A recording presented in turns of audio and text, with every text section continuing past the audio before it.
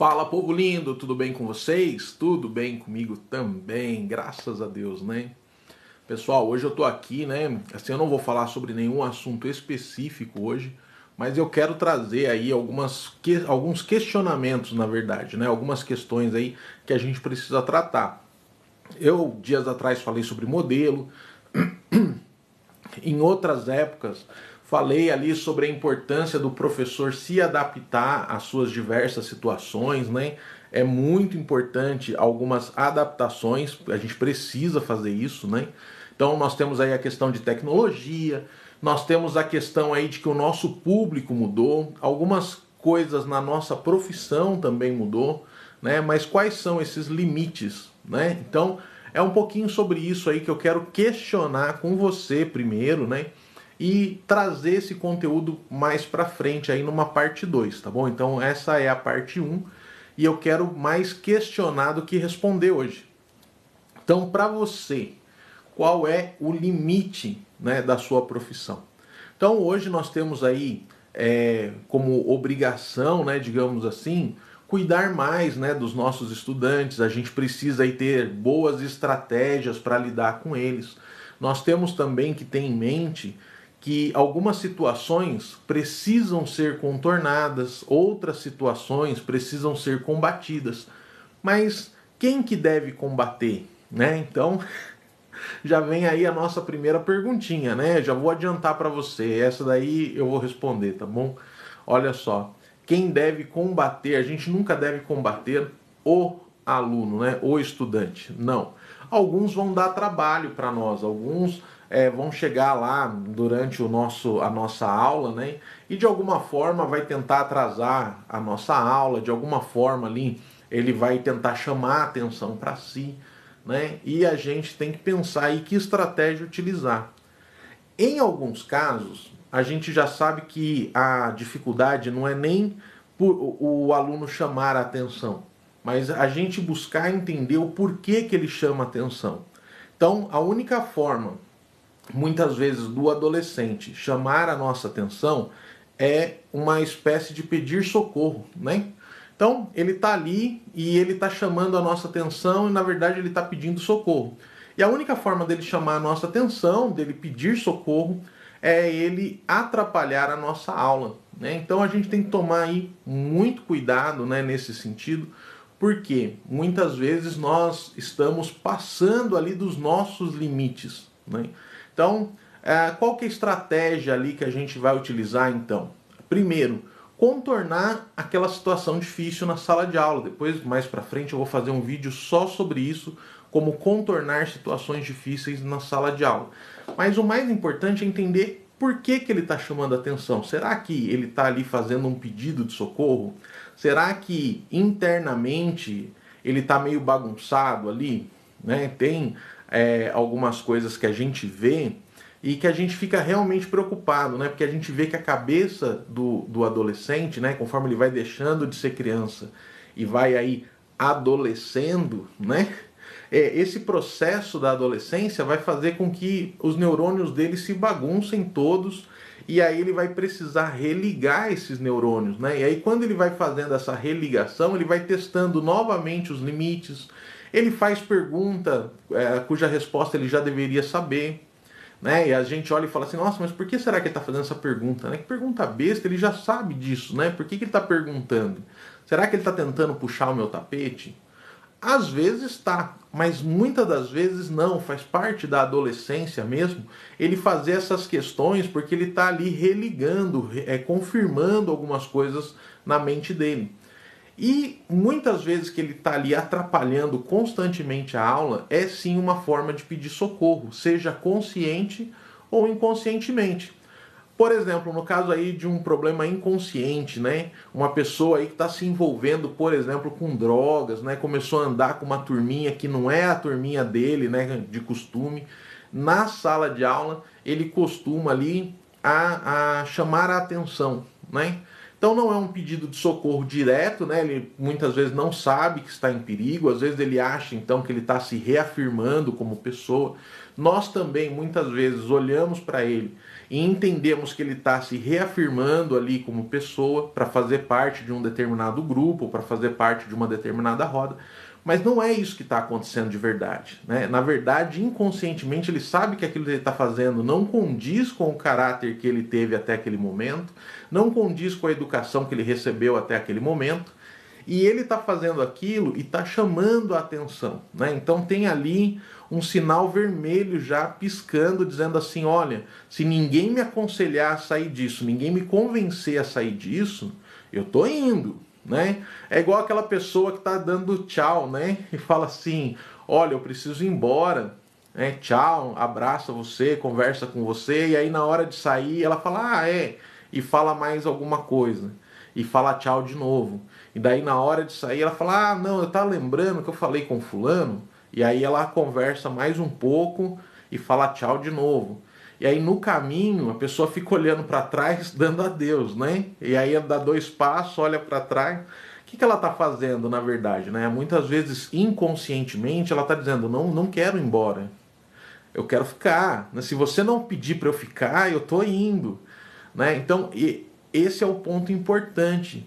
Às vezes a pessoa está ali demonstrando algo, então nós precisamos aí aprender a nos comunicar melhor no sentido de enxergar, de ouvir, além daquilo que está sendo dito, além daquilo que está sendo feito, né? Tem que enxergar além daquilo que estão fazendo, tem que ouvir além daquilo que está sendo dito. Será que eu, como professor, estou preparado para essas situações? Então, quando eu fiz lá a psicologia da educação na faculdade, passaram por cima disso muito rápido, eu vi mesmo alguma coisa assim, mas estudei para a prova, fiz a prova e no dia seguinte já não lembrava mais, né? Então, esse é o método de estudo de antes, né, que a gente estudava para a prova, né? Hoje não, hoje nós pensamos assim, não adianta você estudar para a prova e não saber, né? Decora ali naquele momento, já coloca um tempo de vencimento, né, naquele conhecimento, terminou a prova, apita lá que aquele conhecimento já venceu, e aí é jogado, descartado fora, né, aquele conhecimento. Então, é importante a gente estar sempre relembrando essas coisas, né? E aí por isso que veio a minha pergunta no início da live, né? Para você, né? Eu queria aí que você escrevesse, se você estiver me acompanhando no TikTok ou no YouTube, né? Eu queria que você escrevesse mesmo, né? Se você não está na live, mas está vendo depois, não tem problema, escreva, que é para eu poder ler esses comentários, tá bom? Então escreva aí quais são os limites da profissão de professor para você, tá bom? E por que eu estou pedindo para você escrever isso para mim? Porque em alguns momentos, às vezes eu falo alguma coisa, como eu falei dos modelos, né, que é importante você ter um modelo ideal para que você enxergue esse modelo e que você saiba ali, né, se você está de acordo ou não, o que é que você precisa mudar, o que é que você precisa mudar, mas quer manter, entendeu? E é importante você ter isso, né? Eu, por exemplo, não só em questões religiosas, né, mas assim, claro, né, eu tenho Cristo ali como meu alvo, né? Então eu corro para o alvo, né, sem tirar os olhos de Cristo, exatamente porque é mais ou menos esse modelo que eu quero seguir. Porém, eu também tenho outros modelos, né? Modelo na área de comunicação, né? Como, será que eu estou me comunicando direito? Será que eu estou conseguindo fazer as coisas da forma mais correta para a internet, por exemplo? Então tem alguns modelos, eu olho como é que eu estou fazendo, vejo como esses modelos fazem, e aí eu sei se eu preciso corrigir alguma coisa, se não. Algumas coisas que eu preciso corrigir, mas eu mantenho, né? Então eu falo assim, esse aqui é mais engraçadinho comigo, eu vou manter. Esse aqui, se fosse ele, dava errado. Então, algumas coisas eu olho e falo, olha, ele fez isso, deu certo, achei interessante isso que ele fez, eu vou fazer também para ver se funciona. Se funcionar, eu mantenho, se não funcionar, eu descarto. Então, tudo na vida a gente precisa ali ter modelos, né? Mas ao mesmo tempo, eu preciso lembrar que eu não estou dentro da sala de aula para fazer vontades, né? Então, não estou ali para fazer a vontade do estudante, Eu não estou ali para fazer a vontade ou para puxar saco, né, de quem quer que seja dentro da minha hierarquia. Eu não estou ali para agradar os pais. Porém, eu preciso olhar o que é que eu estou fazendo ali, o que a minha profissão engloba, né? E aí, sim, eu vou ter que usar de estratégias para que o meu estudante aprenda mais e melhor dentro desse novo público-alvo que está chegando, né?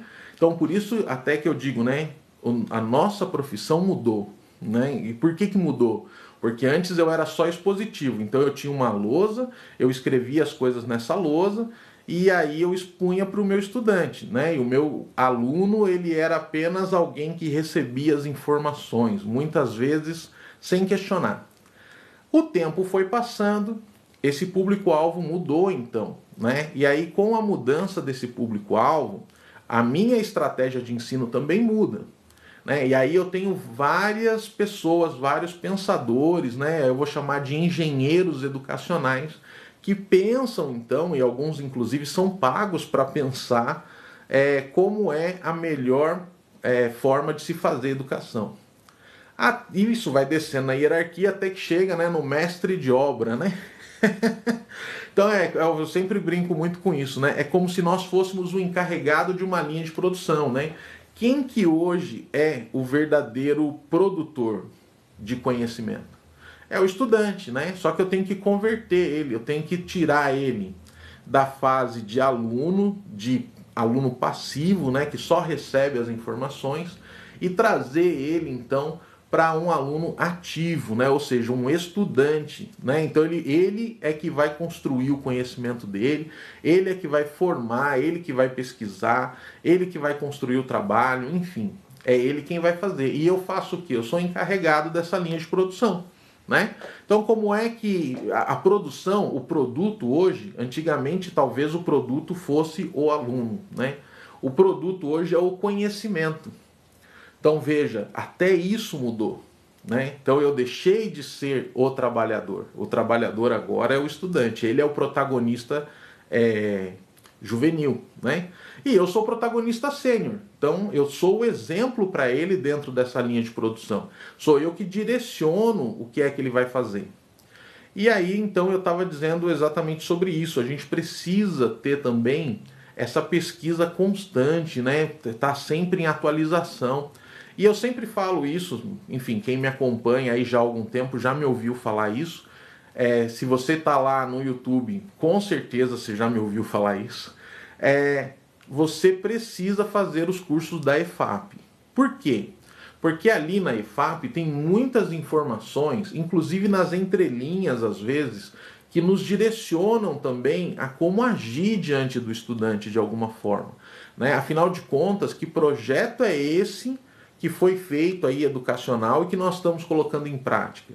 Então, se eu me acho muito importante como professor, se eu não tenho a humildade de ir lá e querer reaprender algumas coisas, querer botar em prática algumas sugestões, eu dificilmente vou conseguir atrair esse novo público para mim. Por quê? Porque esse novo público, ele está acostumado a fazer de um determinado jeito as coisas dele no dia a dia, né? O cotidiano dele é muito diferente do nosso cotidiano, mas em compensação, quando você traz ele para dentro da sala de aula, você está fazendo as coisas do jeito antigo. E aí o que acontece? Esse meu estudante, ele não vai se tornar um estudante ativo, ele não vai se tornar um protagonista, e ele faz uma coisa que é até meio complicada, né, pra gente. Ele se volta para o celular, ele se volta para as tecnologias, e a gente está lá tentando fazer as coisas de forma analógica ainda, né? E ele está assim, anos-luz no digital, né? Então a gente tem que tomar um certo cuidado com isso, né? Então, para você que está me vendo aí nesse instante, não deixa de comentar para você quais são os limites da nossa profissão, né? Quais são os limites que o professor precisa ter dentro da profissão? Aonde que começa e aonde termina a função professor, tá? Na parte 2, eu pretendo trazer para você exatamente essa informação, tá bom? Aonde começa e aonde termina a profissão de professor atualmente, o que é que as resoluções falam, o que é que a lei fala, enfim, eu pretendo trazer isso para você. Eu consigo colocar na tela para você ler hoje? Eu não consigo. Por quê? Porque eu preciso de 1.000 inscritos para acessar o aplicativo do TikTok, que vai mostrar a minha tela no fundo. Eu preciso também, se você estiver me vendo aí no YouTube, de mil inscritos no meu canal para conseguir transmitir ao vivo. Eu não consigo transmitir a tela do meu computador ao vivo ainda, tá bom? E por que eu quero fazer isso ao vivo com você? Porque eu quero olhar aqui nos seus olhos. Quero primeiro pedir o seu like, pedir aí o seu coraçãozinho, né? Coloca aí para mim. Não deixa de fazer isso, tá? Mas eu quero principalmente trocar essa ideia com você ao vivo, de forma que você possa comentar. Eu quero ler o seu comentário e quero aqui então fazer um diálogo com você, tá bom? Eu sei que muitas vezes a vida não tá fácil, não é? Porque a gente está lá dentro da sala de aula, eu tô lá junto com você, né? Eu tô na linha de frente aí da educação, né? Diretamente com o estudante, né? Tem gente que fala de educação, mas que nunca esteve na sala de aula e traz assim umas coisas impossíveis, né? Mas eu tô lá, eu tô testando, eu tô vendo. Eu não sou bobo, eu sei que o trabalho é de formiguinha, tá bom? Mas a gente tem que olhar para o que a gente está construindo. A gente tem que estar com os olhos no nosso modelo, né? Mas como é que eu vou construir esse modelo de educação de qualidade se a palavra educação de qualidade não tem fim, né? O céu é o limite. Então eu preciso imaginar esse modelo, entender o que é uma educação de qualidade para eu conseguir aplicar, né? Algumas pessoas vão dizer assim: eu tenho muitas dificuldades lá na minha escola, né? Eu tenho muitas dificuldades dentro da sala de aula. Outros vão dizer assim: não, eu tenho tudo que eu faço é muito grandioso, eu mesmo consigo fazer, eu mesmo, enfim. Cada um tem aí as suas limitações, né? Mas, peraí.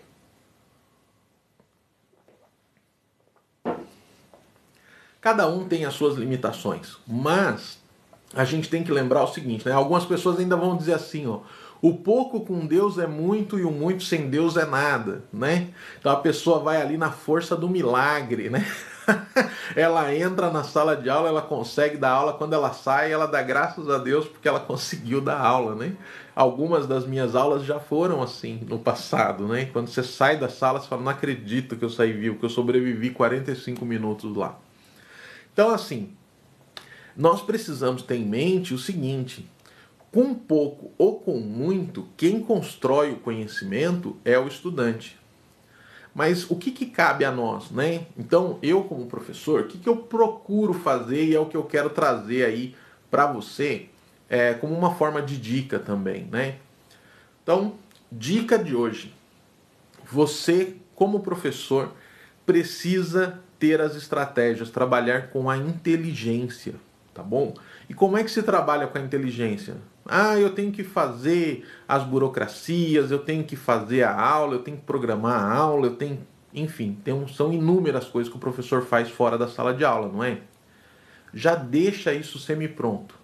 Primeira coisa, de forma que você vá preenchendo ao longo do ano. Vou te dar um exemplo, ó, na hora que virar o ano, no ano que vem, você vai pegar lá, programa de ação. Você precisa fazer logo nos primeiros meses? Não precisa. Mas já põe para você um prazo. Então, você chega lá, a primeira oportunidade que você tem de replicar alguma coisa com seus colegas, você já replica e já bate foto. Pronto, a replicabilidade está feita. Aí a segunda oportunidade que você tiver ali, que você lembrar lá do seu plano, do seu programa de ação, o que você vai fazer? Que daí tem o plano, né, da escola, né? Você vai adequar o seu plano de ação ao plano da escola. Mas aí você vai pensar assim, tem algumas coisas que não mudam muito. Então eu tenho que fazer alguma coisa aí com criatividade, já chega para os alunos no início do ano e fala assim: olha, eu tenho um projeto, a minha criatividade é essa e essa, por quê? Início do ano, o aluno está ali naquele gás ainda, né? Ele está voltando das férias e tal. Faz uma coisa bem criativa, bem divertida, que eles possam fazer, e aí você já tem um registro então da parte da criatividade. e assim por diante. Então, essa parte você já deixa, né, uma grande parte da burocracia, você já preenche logo e já tem os modelos prontos para você preencher. Então, parte importante. Segunda coisa que eu te aconselho é você já observar a sala, né? Já entender quem é a sala. Você vai trabalhar com todo mundo individualmente ao mesmo tempo? Não, porque é individual. Se você trabalhar com todo mundo ao mesmo tempo, é coletivo.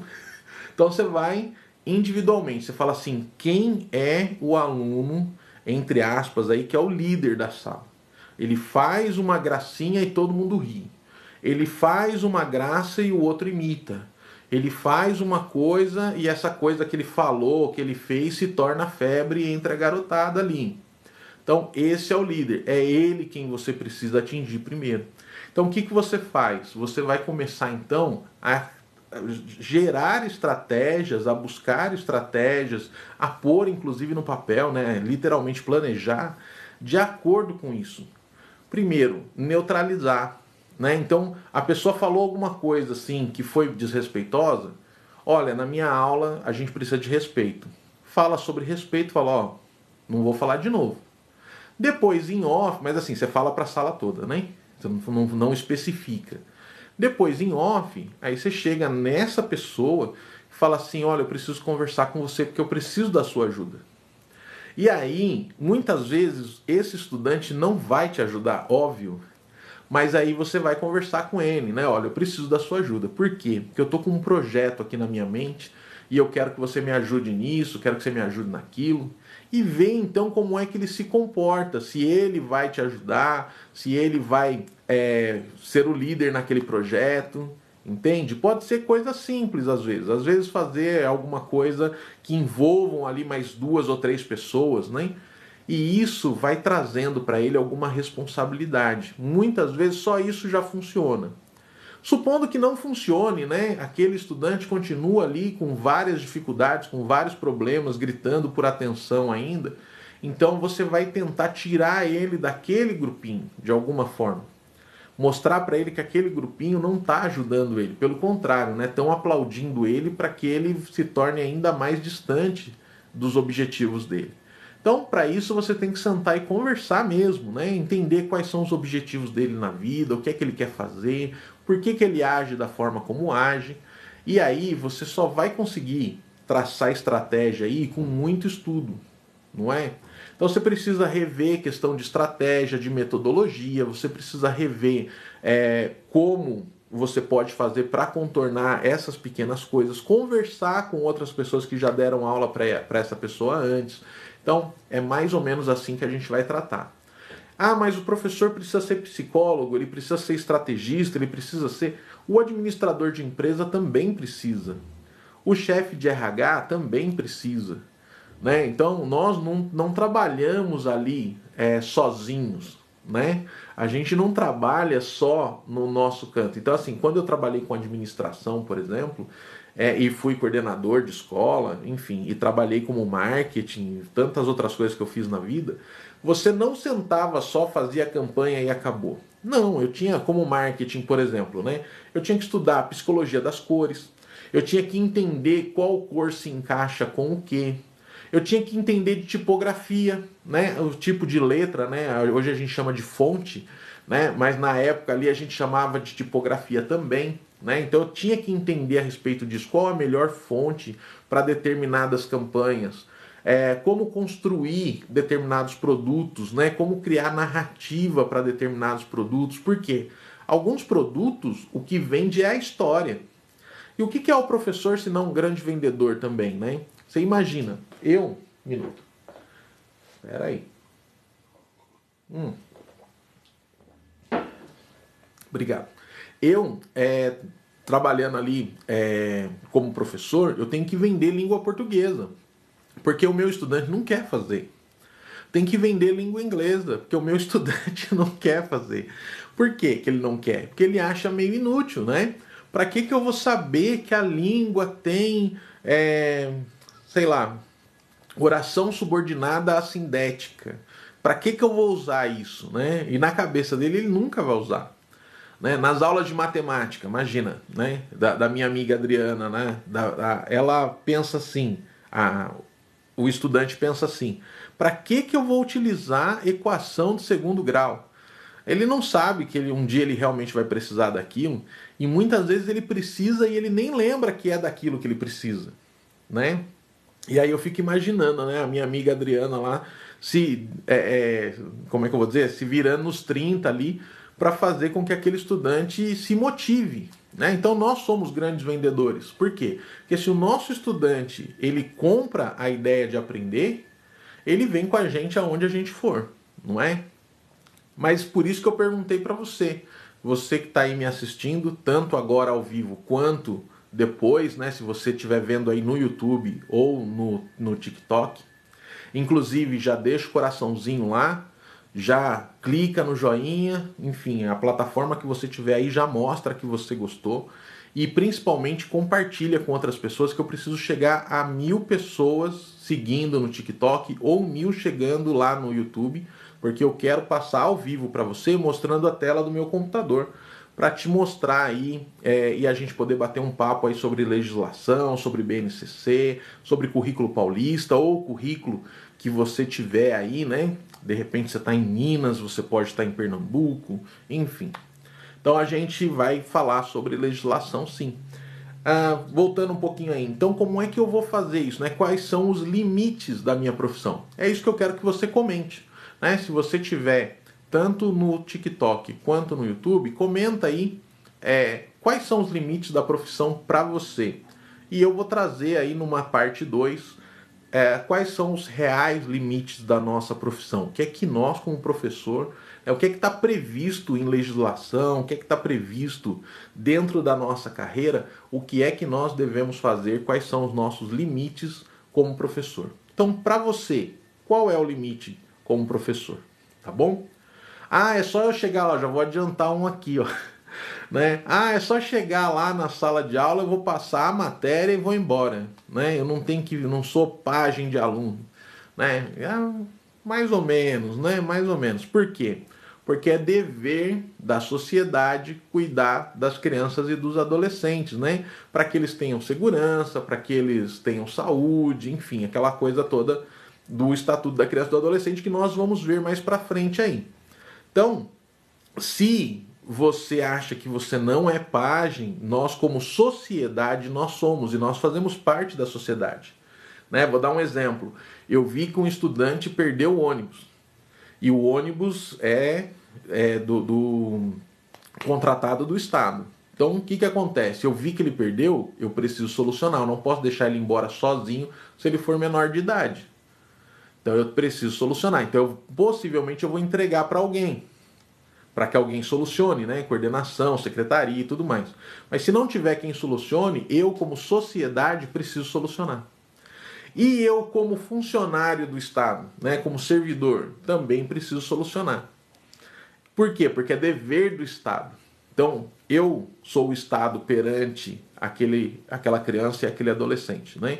Eu sou o Estado perante a família, enquanto eu estou dentro do meu trabalho ali de professor. Mas se eu estou fora do meu trabalho, então eu sou sociedade. Se eu sou sociedade, também é meu dever. Então você veja que o nosso dever como pessoa, como cidadão, e o nosso dever como profissional, eles se encaixam nesse ponto. E a gente vai tratar disso aí numa parte 2, tá bom? Infelizmente eu tenho que ir embora, não dá para eu ficar mais. Tem algumas coisinhas aí para eu fazer e daqui a pouco eu já estou chegando numa escola aí também para dar aula. Então beijo no seu coração. Até a próxima, não esquece de compartilhar, não esquece de me seguir ou de assinar o canal, tá bom? Porque eu preciso chegar a 1000 pessoas para fazer essa live aí. Se for no TikTok, né, eu poder fazer a live mostrando o meu computador, né, o fundo de tela ali, para poder a gente falar sobre legislação e ler juntos. Se for no YouTube, eu consigo fazer o vídeo mostrando a tela no fundo, mas eu não consigo fazer ao vivo, porque não tem 1000 pessoas. Então eu preciso de pelo menos 1000 pessoas, tanto no TikTok quanto no YouTube, tá bom? Beijo no seu coração, até a próxima, fica com Deus, tchau.